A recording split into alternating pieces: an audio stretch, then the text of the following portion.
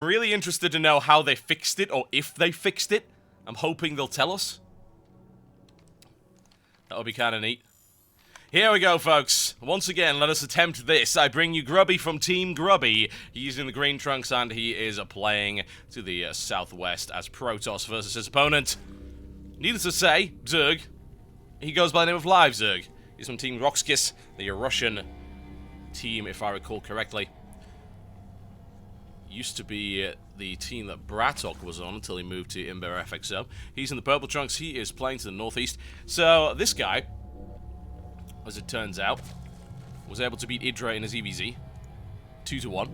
His EVZ is something of a volatile matchup. It was only a best of 3 as well, so I don't know. Obviously, he's got skill. He got skill to get out of the group stages. That's something to consider. Only 2 guys from each group of 6 got out, so he's got to be kind of good.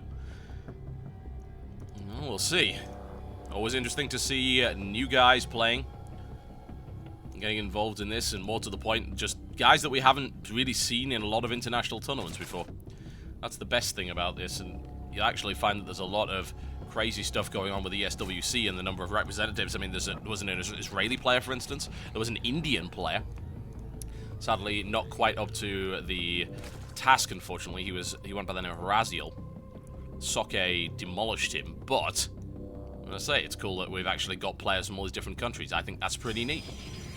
Alright, Grubby time. So what is he up to? Forge Fast Expand is the simple answer to that one. We're gonna have an extractor first here for LiveZerg into a spawning pool.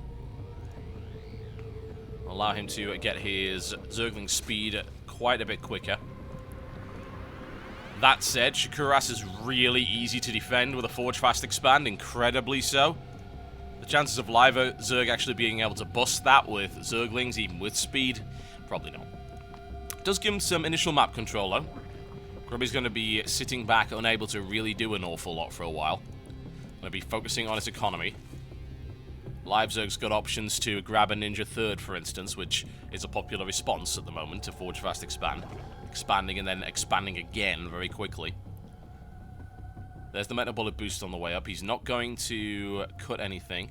He's picked up 4 Zerglings and a single queen, and he's droning as well.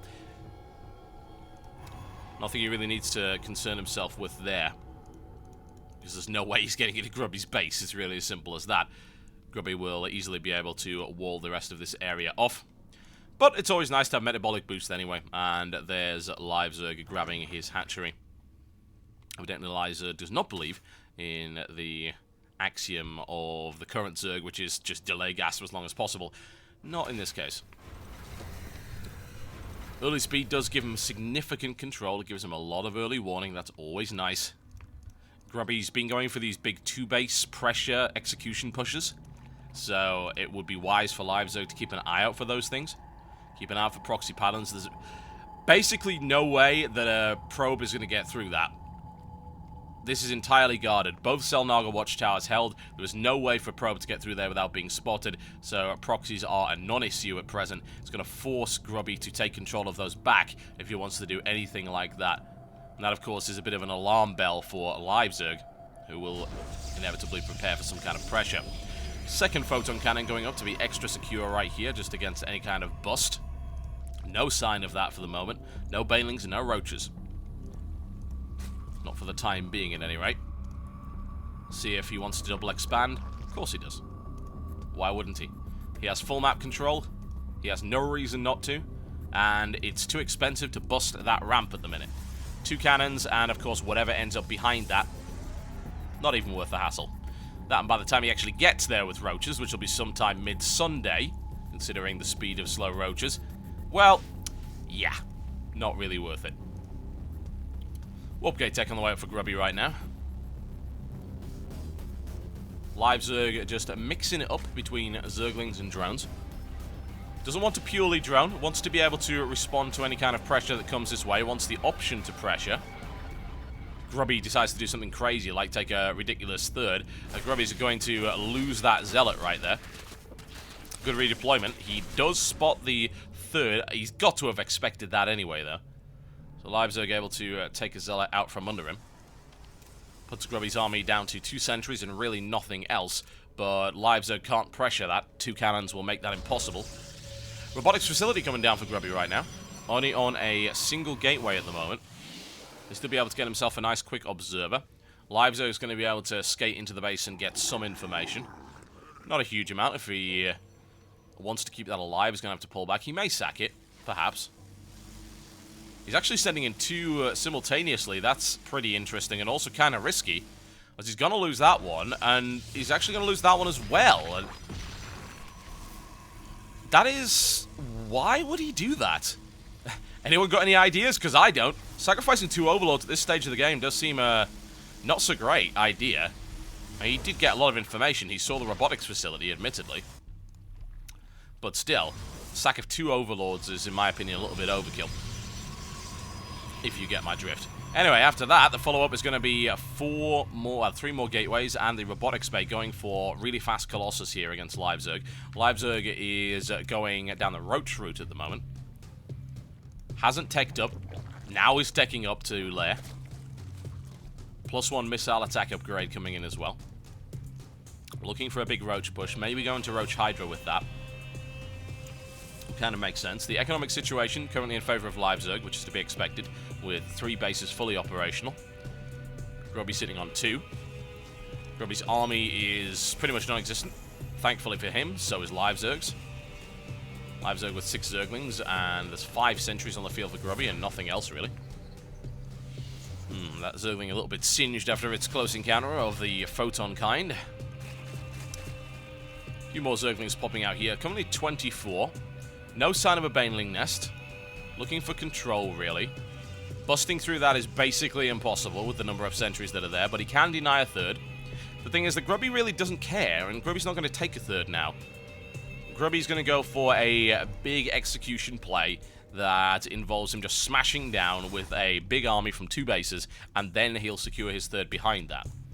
It is giving LiveZerg a significant opportunity to drone up and get plenty of resources over here.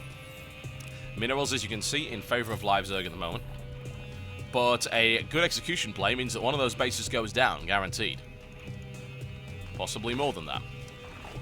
More roaches on the way. Big droning up right now for LiveZerg. Massive droning up. Building 13 at a time. Getting up to the stage that he wants to be in. LiveZerg hanging around, waiting for Grubby's push. He sees it coming. That is what it is. A single Colossus. It is timed with the extended Thermal Lance upgrade. Another Colossus will then follow that up in a reinforcement. Grubby able to pick off a couple of Zerglings just for free, and why not? So, Zergling Roach against a Colossus and Gateway-based army. That is potentially a bit of a problem for LiveZerg. LiveZerg does have a level 1 missile attack upgrade. His Lings don't have anything. There's +2 missile coming in as well. Grubby with a defensive pylon. Nicely timed out push, of course, secures this side of the map, which means that he can go and take his 3rd if he so desires. Smartly, however, LiveZerg has a Zergling there to check the timing if it ends up going down. Another aggressive pylon going in behind that, and this is where it comes in. LiveZerg with good creep spread at the front. I'm liking that a lot. He's actually got 4 queens on the field. Another Overlord shot down.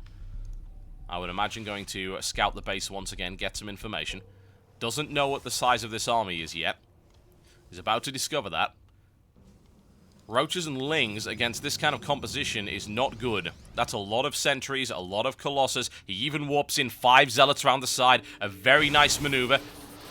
And then walls that off to prevent any kind of reinforcements. This, in fact, was not a full attack. This was prevent LiveZerg from getting into his own base right here.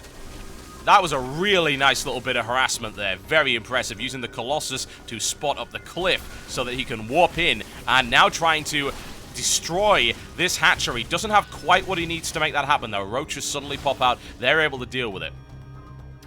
So that's a warp in. That wasn't so much wasted, but here's the big engagement. And LiveZerg surrounding from every possible angle. Force fields are going down in a rather haphazard manner, but there's enough of them. More to the point, it's just a case of hold the roaches back. He can't kill them. There's just so many. Grubby now moving into a good position here. However, the Overseer allows the roaches to spot at the cliff. One goes down. More roaches slamming down on the forces of Grubby right now, pushing them all the way back. However, Grubby's Colossus comes in to reinforce. That one stays up. He is able to stay alive. He does lose a lot in the process. However, he was able to eliminate that hatchery. Now he's able to take his third. That's looking pretty good. LiveZerg's going to have to run over there, do a little bit of long-distance mining for a while. However, he's gone with a big roach push here. 37. Looking for +2. This is a nicely timed attack, and he has tunneling claws. Well, he's got... Yeah, he has tunneling claws, definitely, and he's got burrow as well. That'll be effective. There's only a single observer out. Where is it? It's in the middle of the map, I think. It's hanging around here somewhere. Can't find the bloody thing. Whatever the case, is a big group of roaches about to barrel down on Grubby. Those roaches are +2. I think not. One gateway. One was not cancelled. The second one was. Here comes the tunneling action. That's going to be spotted. A little bit of a quick burrow to regain some health. And here comes the pressure. But that is a really narrow choke to attack with such a low-range unit. LiveZerg's trying to think of, well, what do I do with this? Can I just keep throwing roaches at my opponent? Looks like I can. I'm on 49. About to be on 57 here. After a couple got eliminated there. 55 now. Some good micro right here from Grubby, able to exploit the range.